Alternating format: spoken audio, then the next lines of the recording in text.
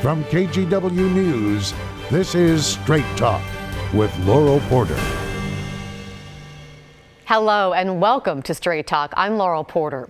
We all know times are tough right now, and it's hard to believe it was just a year ago when the Portland region was enjoying record economic growth and more than 10 years of economic expansion. We talked about it here on Straight Talk. Then literally the next day after the show, the pandemic hit. Businesses shut down and a massive recession followed. In this episode of Straight Talk, we look at what happened, how Portland compares to other regions, and how we can best chart a course for economic recovery. We also have results of a new poll that reveals how people are feeling right now and their top concerns. I'm pleased to welcome back to the show the Portland Business Alliance CEO, Andrew Hoan, ECONorthwest President John Tapogna, and President of DHM Research, Michelle Neiss, to talk about the 2021 State of the Economy. Thank you for joining us and coming back again. And what a difference since you all were here last time.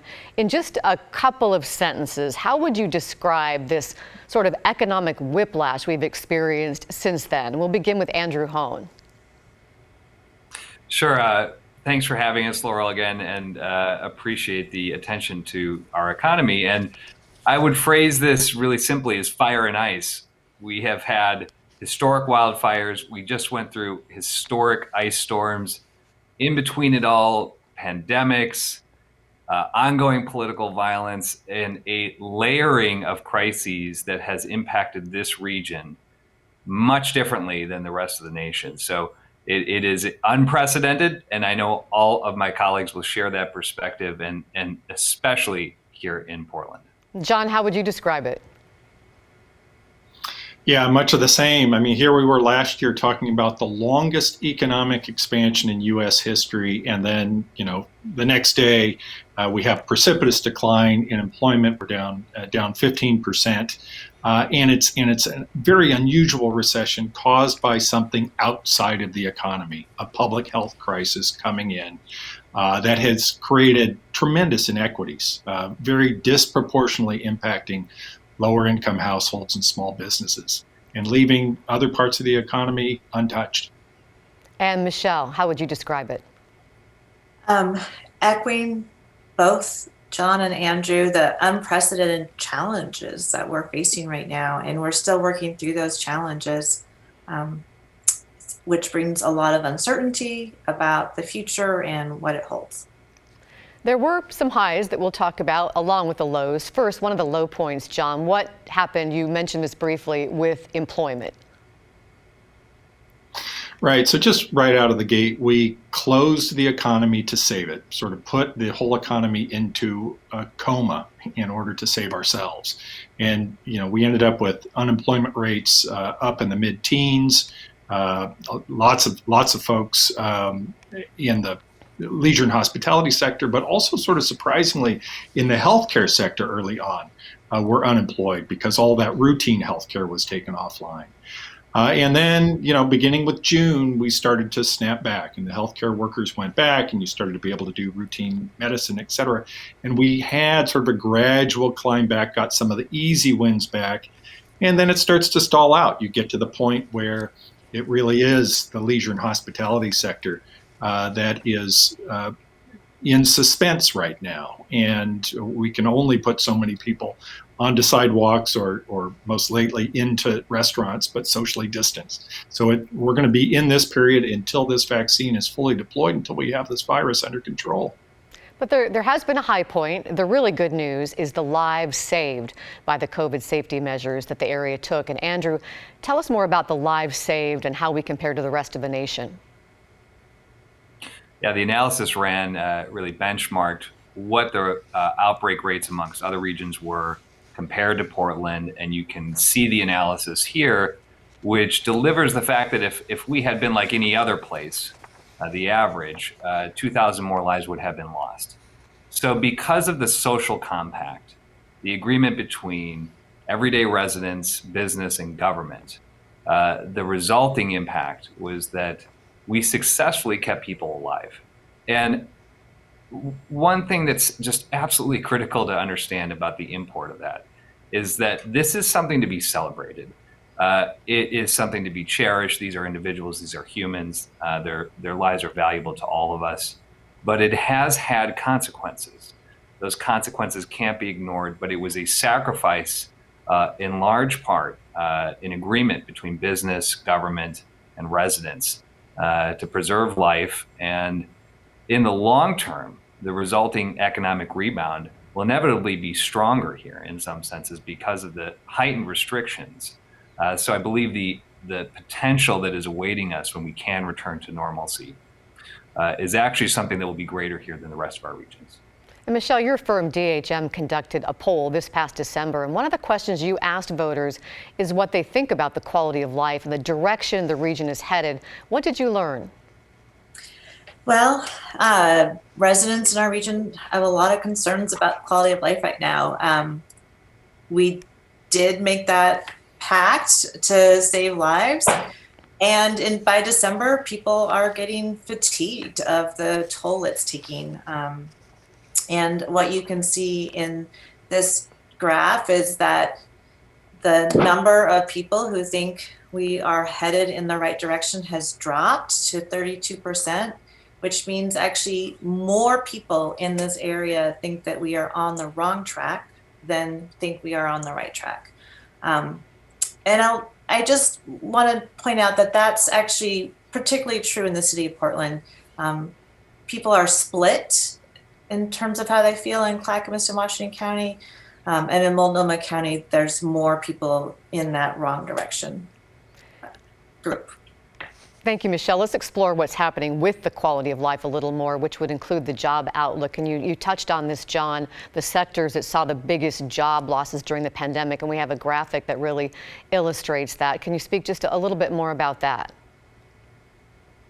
Right. So ground zero is anything that requires social distancing. And so in your accommodation, the hotel and the food services, those are the ones, these light bars sort of show you how bad it got when it was its worst. And the darker bar there is where it stood as of December 20th.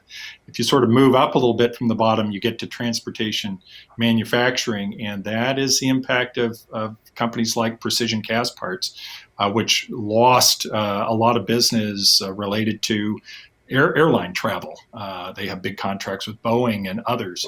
And so that's also a sort of a transportation tourism related impact. And then the local colleges in that local education also getting a hit because they've had a harder time delivering education in this virtual environment. And Andrew, with schools closed, talking about education, how did that impact the workforce, especially women? 33% more women exited the workforce than men. And I think it tells the story of what John's indicating around the industries that were impacted, and also the reality that our schools have closed, children are at home, they're learning from home, and we've seen a disproportionate impact on women in the economy. And that has long-term consequences. One would presume that they could be rectified once we go back to in-school learning, but the impacts are disproportionate, right? And we see that not just amongst women, but also among the outlook around BIPOC households and their views about their economic outlook. So I think what you're seeing is a really interesting restructuring happening in the economy that John's teeing up here in the report that has really far-reaching impacts to different sectors of our economy. And we've talked about this before, John. During the economic expansion before the pandemic, many Black, Indigenous, Hispanic, Latinx, and Asian residents did not see the same economic lift that white residents saw. How did the pandemic and recession affect that gap, John? Just made it much worse. I mean, what we were telling in last year's report is that we had this record-setting economic expansion, and just by the end, you were starting to see some improvement in median household incomes among Black and Latino and Native American households, et cetera. And then this really just undid a lot of that. We'll sort of see the damage more as time goes on. But here you can sort of see findings at the Oregon level for households that are saying they're having a very difficult time paying their usual expenses. That's where these bars are. So Hispanic and Latino households in December, 30% saying they're having a very hard time making ends meet, 28% of Blacks, only 17% of whites. And that really does have to do with where these job losses are being hit, and they're being hit in the leisure and hospitality sector, and people of color are disproportionately working in that sector. Let's go back to the DHM poll. It also revealed how many people say they're doing okay and how many are really struggling. Tell us about that, Michelle. Right. So very consistent with the findings that John just showed us. 1 in 3 people in the Portland metro region say that they are worse off than they were 2 years ago. In part, this highlights the fact that the economic situation has not impacted everyone equally. Some people are having a harder time and are worse off. And again, echoing what John and Andrew just said, the people in particular who are worse off right now compared to 2 years ago are people of color, are women, and our young residents, 18 to 34, who are likely, because they make up a good portion of those employed in the service industry and hospitality. And shifting gears a little bit, we've heard a lot about how civil unrest and the destruction people saw on TV may have affected Portland's reputation. John, did your study get any hard data that shows Portland's reputation has been hurt? What trends are you seeing? Yeah, a couple that stand out. One that's worrisome is the Urban Land Institute does surveys of real estate investors and bankers and others who would provide money to build housing and commercial development in the Portland metropolitan area. We were as high as number 3 in the nation in 2017. We fell to number 66 in their measure for 2021. So, a lot of people outside sort of just watching the news, especially back in July of last year and all the focus during the presidential election on Portland, et cetera. And their sentiment is down right now. You also see it in some surveys among tourists, although what we heard yesterday in an event is that some of those sentiments are starting to pick up a little bit. And a lot of people also notice the homelessness. So let's go back to the DHM survey. Despite an unprecedented pandemic, homelessness remains the top concern in the Tri-County area. Tell us more about that, Michelle, what you're seeing there. Well, homelessness has been a top concern for the past several years. And I think, if anything, the pandemic has just elevated it in terms of we can see people who have been hit economically and don't have a place to live. And what you do also see is that COVID-19 has risen nearly as high as homelessness as a top concern. And then related to what we were just talking about in terms of those perceptions of Portland, even here in the Portland region, crime has risen into one of the top 3 concerns. Let me bring Andrew back. As we look at all of this, what is the short-term impact from the pandemic, do you think, Andrew? And what is the true, more lasting impact to Portland's reputation and the opportunity for recovery?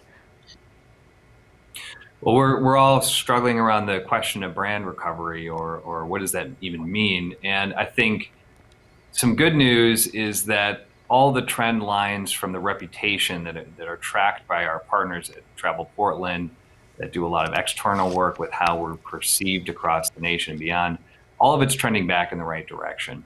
So if you were to be a prognosticator here, you would say that the reputational challenges that we're presently facing are recovering and trending in the right direction. They are short term, but it all comes down to confidence.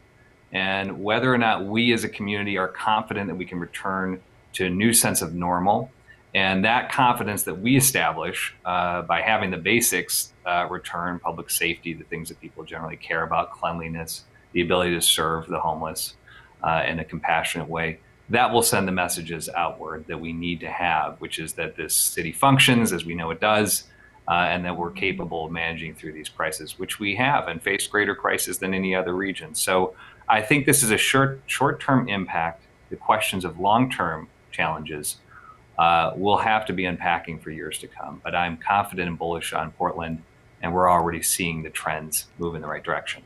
And as we talk about recovery, John, I know you're looking at Israel as a good example. What are you seeing there? Well, I mean, why we want to pay attention to that is that by last count, I think they had up to 2/3 of their population inoculated with at least the first dose of the vaccine. So it does become a bit of a postcard from the future. Watch Israel, watch data on Israel. Hopefully, we're going to see their infection and death rates fall precipitously here as they get into the second dose and they get that sort of 2 weeks after that second dose. So what happens in Israel, hopefully good news there, is a preview of what could happen here. John, Andrew, Michelle, thank you. It's time for us to take a break. This year's State of the Economy report put a special focus on the impact a lot of new taxes are having on household budgets in the region. We'll look at that when we come back. We're back in 2 minutes.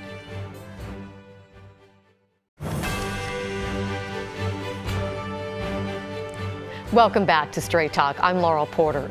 Voters in the Tri-County area passed a lot of new taxes recently. How is that affecting household budgets? The new State of the Economy report takes a look at that.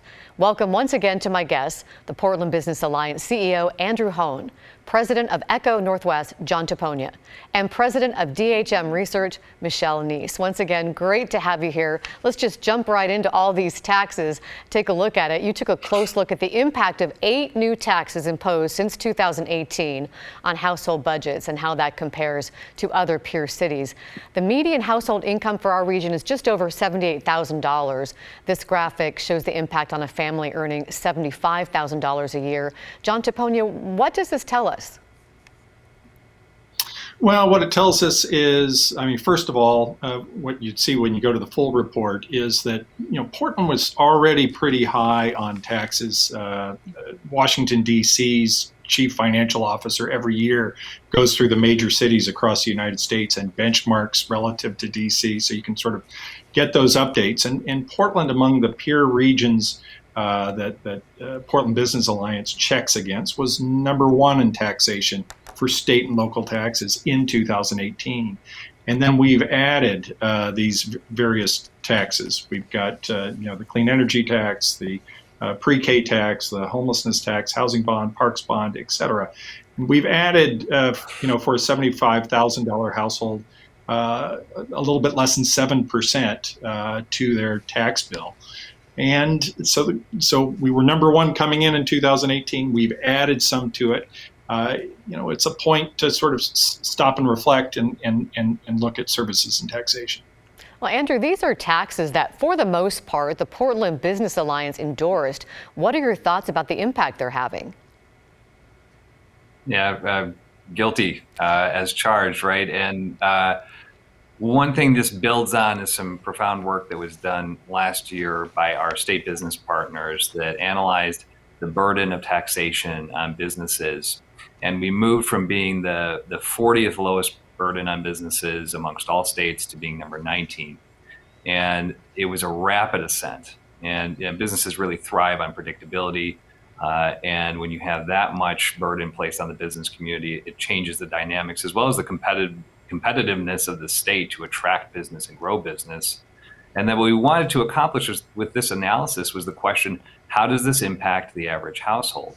And what had writ large is proven is that all these taxes which we've asked for and we've approved really hit the bottom line in a pretty significant way. And that ultimately changes the affordability of the region. And that is an important issue to businesses. It's important to residents. We've asked for these services because we've prioritized them. But what's clear is that many of the reasons we enacted these taxes is because we felt there wasn't a partner on the federal level and that there wasn't a partner on the state level. So we decided to take things on our own that are traditionally the remit of other levels of government. And I think for all of us, we've made a rapid movement towards increasing the taxation base here. And what I think voters and the business community need now, loudly, and I think we can all concur on this, is that the enacted taxes need to be executed on, that the promises made have to be delivered because we have these expectations. And that as we look to the future for new potential sources of taxation, we have to be not asking the question, what sounds good at the voter box? Because that's what's driven so much of these decisions, is what's popular or what resonates. We have to be asking, what is the impact to the household? Because if we don't look at that first, we risk making this region unaffordable. And that's not good for residents, it's not good for business. Let's talk more about impact. Even without a sales tax, we're paying more than most other peer cities. And we have another graphic that shows the new taxes as a percentage of taxation per income. What does this tell us, John? Is the taxing becoming regressive? Well, this is basically showing that comparison that I was describing a moment ago, where in 2018, Portland's number one, and then here you go. This is what we're adding, and this chart is being driven by a couple of property tax increases. Those are sizable, and they do tend to hit renters and lower income families harder. And so if you think about where we have been with taxation, Oregon has always sort of had this heavy reliance on an income tax. We are taxing income at a relatively high rate. And so if you want to continue taxation, there are only so many places you can go. Politically, we haven't wanted to go to the sales tax, so we lean on the property tax, and that's what you're getting with this answer here, is sort of a disproportionate impact on those lower income households. And Michelle, DHM polled voters on their opinion on taxes, and what did they say? Well, we see a plurality of voters who are saying, let's maintain taxes and the level of services we have right now, around 40%. And fewer want to see taxes raised along with increased services. For the most part, I think, as we've mentioned, delivering on what we have now is more of a priority. Oh, I want to ask you before we close, Michelle, to kind of, from what you've heard throughout this show, what's the bottom line for you? The bottom line for me is just that there's a lot of uncertainty right now. That's what I see in my work, and that there is hope and optimism that we can move forward and make some progress on the challenges that we face now and that were here before the pandemic. And John, about a minute, can you summarize for us what this report tells us and the way forward? Well, the way forward is very clear. Get these vaccines out. And all signs are that there are sizable savings that people have, and the federal government has been robust in its response, and apparently going to be even more robust here, perhaps in the next month. So we just need to get these vaccines out, continue the social distancing and mask wearing until then, and then the economy should start to take off. So where do you hope we are next year when you do your State of the Economy report, John? Oh, I think we're going to be. I think we're going to be roaring next year at this time.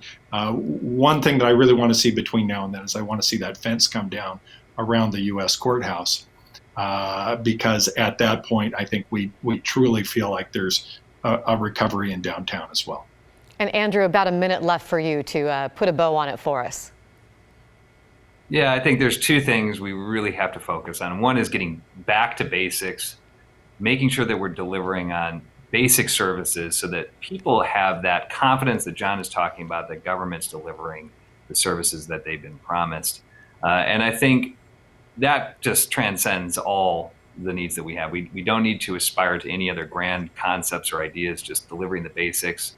And then focusing on affordability. Building housing at an accelerated rate is something that has absolutely been needed for a long time. We've fallen short for years and years and years. And then lastly, we're at a moment, an inflection point. John just teed it up, but we're at an inflection point. We are going to rebuild. We are going to recover.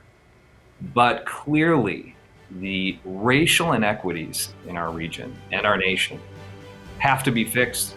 Now's the time to do it. So let's be optimistic and lead into that conversation with big plan. Andrew Hoan, thank you. John Tapogna, thank you. Michelle Neiss, always great to have you here. And thank you for watching and listening. Remember, you can get Straight Talk now as a podcast. Search for KGW Straight Talk. I hope you'll join me next week when my guest is Multnomah County's new district attorney, Mike Schmidt. We'll see you next week for Straight Talk. Have a good and safe week.